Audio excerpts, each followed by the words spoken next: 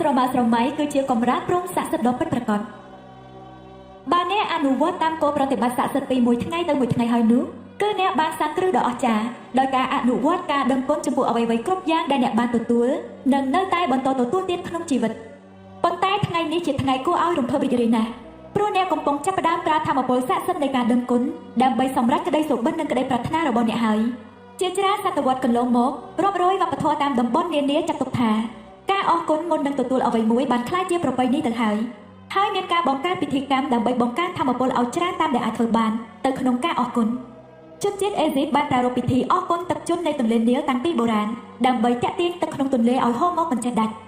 ់ជនជាតិអាមេរិកឥណ្ឌាជនជាតិ Aborigine នៃអូស្ត្រាលីមានពិធីកម្មរំលែកសុំទឹកភ្លៀងជនជាតិតាមតំបន់ភ្នំជាច្រើននៅអាហ្វ្រិកក៏មានពិធីប្រារព្ធដើម្បីអរគុណអាហារមុននឹងចេញទៅរកអាហារដែរតាមធម្មជាតិនៃការបួងសួងគ្រប់វប្បធម៌និងគ្រប់សាសនាទាំងអស់សុទ្ធតែមានការអធិដ្ឋានអរគុណមុននឹងទទួលអ្វីមួយដែលខ្លួនត្រូវការតាមច្បាប់នៃការស្រូបទាញនិយាយថាវត្ថុដូចគ្នារមែងស្រូបទាញវត្ថុដែលដូចគ្នាមានន័យថាអ្នកត្រូវបង្កើតភាពដូចគ្នាឬរូបភាពនៃអ្វីមួយដែលអ្នកចង់បាននៅក្នុងចិត្តបន្ទាប់មកដើម្បីស្រូបទាញអ្វីដែលអ្នកប្រាថ្នាអ្នកត្រូវមានអារម្មណ៍ដូចជាអ្វីនោះជារបស់អ្នកហើយដូច្នេះបើអ្នកមានអារម្មណ៍បែបណាគឺដូចគ្នានឹងការមានអារម្មណ៍នៅពេលអ្នកបានអ្វីដែលអ្នកចង់បាននោះវិធីងាយបំផុតដើម្បីបានរបស់នោះគឺដឹងគុណអ្វីដែលអ្នកចង់បានមុននឹងអ្នកបានវា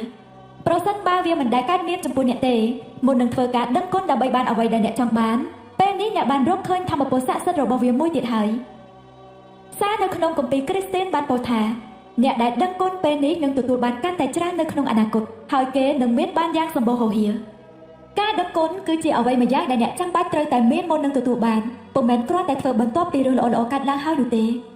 មនុស្សភាគច្រើនដឹងគុណតែនៅពេលពួកគេទទួលបានអ្វីមួយល្អៗរួចហើយប៉ុណ្ណោះតែដើម្បីឲ្យសេចក្តីប្រាថ្នារបស់អ្នកខ្លាចជាការពិតហើយផ្លាស់ប្ដូរជីវិតអ្នកទាំងស្រុងដោយការបំពេញភាពមានបានឲ្យគ្រប់ជ្រុងជ្រោយនោះអ្នកត្រូវដឹងគុណទាំងមុននិងក្រោយពេលទទួលបានតាមរយៈគោលប្រតិបត្តិនៃការរំលឹកដឹងគុណយ៉ាងសន្តិចិត្តជាមុនដើម្បីឲ្យបានរបស់ដែលខ្លួនប្រាថ្នាអ្នកបានបង្កើតរូបភាពនៅក្នុងចិត្តដោយអ្នកមានវារួចទៅហើយអ្នកមានអារម្មណ៍ថាជាម្ចាស់កម្មសិទ្ធិលើវានោះបានន័យថាអ្នកកំពុងតែសម្រេចតាមបំណងហើយបើអ្នកនៅរក្សារូបភាពនិងអារម្មណ៍បែបនោះអ្នកនឹងទទួលបានសំតាមក្តីប្រាថ្នារបស់អ្នកយ៉ាងមហោទចារ្យអ្នកនឹងមិនដឹងថាបានមកដោយវិធីណាទេហើយក៏ពុំមែនជាកិច្ចការដែលអ្នកត្រូវគិតដែរពេលចិនដើរទៅណាមកណាអ្នកមិនចាំបាច់គិតពីកម្លាំងទំនាញដែលធ្វើឲ្យអ្នកអាចឈរលើដីបានដោយម្ដេចទេអ្នកគ្រាន់តែជឿក្នុងចិត្តហើយដឹងថាពេលចិនដើរច្បាប់ទំនាញផែនដីនឹងទ្រអ្នកឲ្យនៅលើដីយ៉ាងរឹងមាំដូចគ្នានេះដែរអ្នកក៏ត្រូវទុកចិត្តហើយដឹងថាពេលអ្នកដឹងគុណអ្វីមួយដែលអ្នកចង់បានអ្វីនោះនឹងតាមមករកអ្នកយ៉ាងស័ក្តិសិទ្ធិព្រោះវាជាច្បាប់ចក្រវាឡតើអ្នកចង់បានអ្វីខ្លាំងបំផុតក្នុងពេលនេះ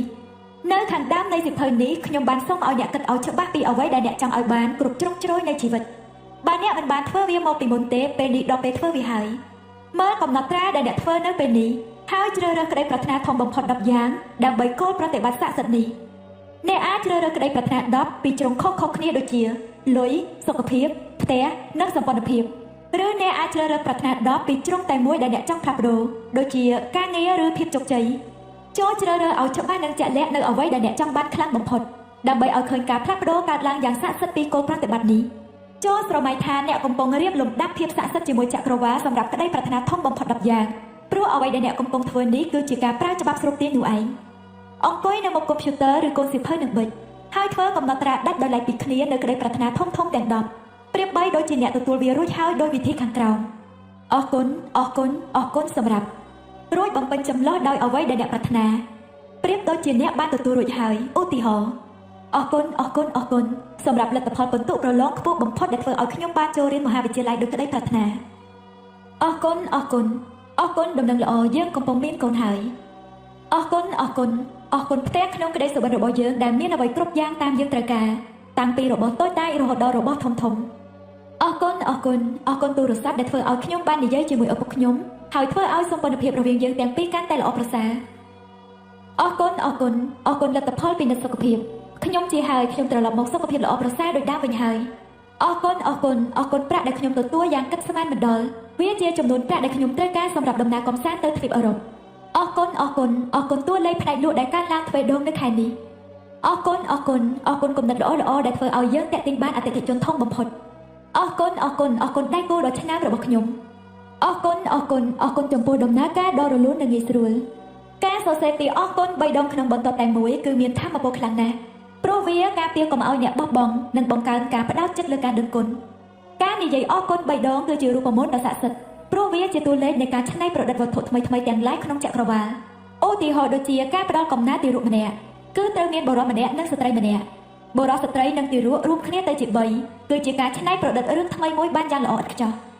ច្បាប់លេខ3នេះប្រើបានក្នុងការច្នៃប្រឌិតអ្វីគ្រប់យ៉ាងក្នុងចក្រវាឡរួមទាំងការច្នៃប្រឌិតក្តីប្រាថ្នារបស់អ្នកផងដែរដូច្នេះពេលអ្នកនិយាយអរគុណ3ដងជាប់ៗគ្នានោះគឺអ្នកកំពុងតែប្រើតួលេខនៃការច្នៃប្រឌិតដ៏ស័ក្តិសិទ្ធិនិងជារូបមន្តដ៏ស័ក្តិសិទ្ធិនោះហើយជំហានទី2នៃការធ្វើឲ្យក្តីប្រាថ្នាក្លាយជាការពិតគឺការធ្វើអ្វីដែលអ្នកប្រាថ្នាដោយស្មារតីរំលឹកដឹងគុណយ៉ាងជ្រាលជ្រៅ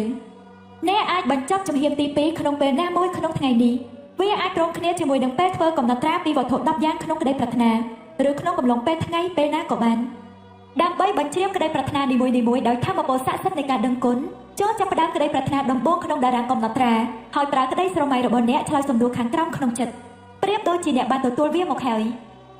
1. តើអ្នកមានអារម្មណ៍បែបណាពេលអ្នកបានទទួលអ្វីសងតាមប្រាថ្នា 2. តើអ្នកណាជាមនុស្សដំបូងដែលអ្នកប្រាប់ពេលបានទទួលនៅអ្វីដែលអ្នកប្រាថ្នានិងអ្នកប្រាប់ពួកគេដោយម្ដេចខ្លះ 3. នៅពេលបានទទួលសងតាមប្រាថ្នាតើរឿងសំខាន់ដំបូងដែលអ្នកនឹងធ្វើគឺជាអ្វីចូលសរុបក្តីលំអិតឲ្យបានច្រើនបំផុតតាមដែលអាចធ្វើបានក្នុងចិត្តជាចុងក្រោយចូលអានក្តីប្រាថ្នានីមួយៗម្ដងទៀតហើយនិយាយពាក្យស័ក្តិសិទ្ធិថាអរគុណអស់ពីចិត្តដើម្បីឲ្យអ្នកមានអារម្មណ៍ជ្រាលជ្រៅបំផុតតាមដែលអាចធ្វើបានអានបន្តទៅក្តីប្រាថ្នាទី2ក្នុងកំណត់ត្រារបស់អ្នកហើយធ្វើដូចគ្នារហូតដល់គ្រប់ទាំង10យ៉ាងចូលអនុវត្តចំពោះក្តីប្រាថ្នានីមួយៗយ៉ាងតិច1នាទីបើចង់ធ្វើអ្វីមួយប្រកបដោយថាមពលនិងរីករាយអ្នកអាចបង្កើតផ្ទាំងក្តារស័ក្តិសិទ្ធិឡើងដើម្បីបិទរូបភាពដែលអ្នកប្រាថ្នាកាត់រូបបិទនៅលើក្តារដាក់នៅកន្លែងដែលអ្នកអាចឃើញជាញឹកញាប់និងសរសេរពាក្យស័ក្តិសិទ្ធិថាអរគុណអរគុណអរគុណដោយអក្សរធំៗនៅលើក្តារឬប្រើទូទឹកកកជាក្តារស័ក្តិសិទ្ធិក៏បានប្រសិនបើអ្នកមានគ្រួសារអ្នកអាចធ្វើក្តារស័ក្តិសិទ្ធិជាគោលការណ៍របស់គ្រួសារបានព្រោះក្មេងៗចូលចិត្តវាណាស់ចូលស្រមៃថាក្តារស័ក្តិសិទ្ធិពិតជាអស្ចារ្យណាស់រូបអ្វីក៏ដោយដែលបិទនៅលើក្តារស័ក្តិសិទ្ធិគឺវាកំពុងតែរំកិលមករកអ្នកហើយកាលបើអ្នកនៅតែបន្តការដឹងគុណនោះវានឹងស្រូបទាញរឿងទាំងនោះឲ្យដើរមករកជីវិតអ្នកនោះហើយគោលប្រតិបត្តិស័ក្តិសិទ្ធិលេខ13 1. អនុវត្តគោលប្រតិបត្តិស័ក្តិសិទ្ធិលេខ1គឺគិតដល់តែរឿងល្អៗនៃជីវិតសារឡើងវិញពីប្រការ1ដល់ប្រការ3ដោយកត់ត្រារឿងល្អៗ10យ៉ាងរួចសរសេរហេតុផលដែលអ្នកត្រូវដឹងគុណអានកំណត់ត្រានេះសារជាថ្មីម្ដងទៀតលុះពេលអានរឿងល្អនីមួយៗចប់ហើយចូលនិយាយថាអរគុណអរគុណអរគុណហើយធ្វើឲ្យអារម្មណ៍ដឹងគុណចំពោះអ្វីល្អៗទាំងនោះមានសភាពជ្រាលជ្រៅបំផុតតាមដែលអាចធ្វើបាន 2. អង្គុយនៅមុខកុំព្យូទ័រឬកូនសៀវភៅនឹងប៊ិចធ្វើកំណត់ត្រាក្តីប្រាថ្នា10យ៉ាងរបស់អ្នកហើយសរសេរពាក្យអរគុណ3ដងនៅខាងមុខក្តីប្រាថ្នានីមួយៗធ្វើដូចជាអ្នកបានទទួលក្តីប្រាថ្នានោះរួចហើយ 3. ប្រើរូបបារម្ភឆ្លើយនឹងសំណួរខាងក្រោមក្នុងចិត្តប្រៀបដូចជាអ្នកបានទទួលអ្វីតាមក្តីប្រាថ្នាហើយ 1. តើអ្នកមានអារម្មណ៍បែបណាពេលបានទទួលអ្វីដែលខ្លួនប្រាថ្នា 2. តើអ្នកណាជាមនុស្សដំបូងដែលអ្នកប្រាប់នៅពេលអ្នកបានទទួលអ្វីដែលអ្នកប្រាថ្នាហើយថាអ្នកនឹងប្រាប់ពួកគេដោយម្ដេចខ្លះ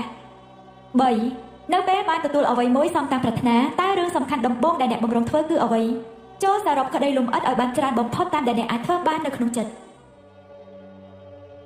4. ជាចុងក្រោយចូលអានក្តីប្រាថ្នានីមួយៗម្ដងទៀតហើយនិយាយពាក្យស័ក្តិសិទ្ធិអរគុណដោយសុទ្ធចិត្តដើម្បីឲ្យអ្នកមានអារម្មណ៍ជ្រាលជ្រៅបំផុតតាមដែលអាចធ្វើបាន 5. បើមានចំណូលចិត្តចូលធ្វើក្តារស័ក្តិសិទ្ធិមួយកាត់រូបបិទនៅលើក្តារស័ក្តិសិទ្ធិនោះដាក់នៅកន្លែងដែលអ្នកអាចមើលឃើញញឹកញាប់ហើយសរសេរពាក្យស័ក្តិសិទ្ធិថាអរគុណអរគុណអរគុណជាអក្សរធំៗនៅពីលើ 6. មុនពេលចូលដេកក្នុងយប់នេះចូលកាន់ថ្មស័ក្តិសិទ្ធិក្នុងដៃម្ខាងរួចនិយាយពាក្យស័ក្តិសិទ្ធិថាអរគុណសម្រាប់រឿងដ៏ល្អបំផុតដែលកើតឡើងក្នុងថ្ងៃនេះ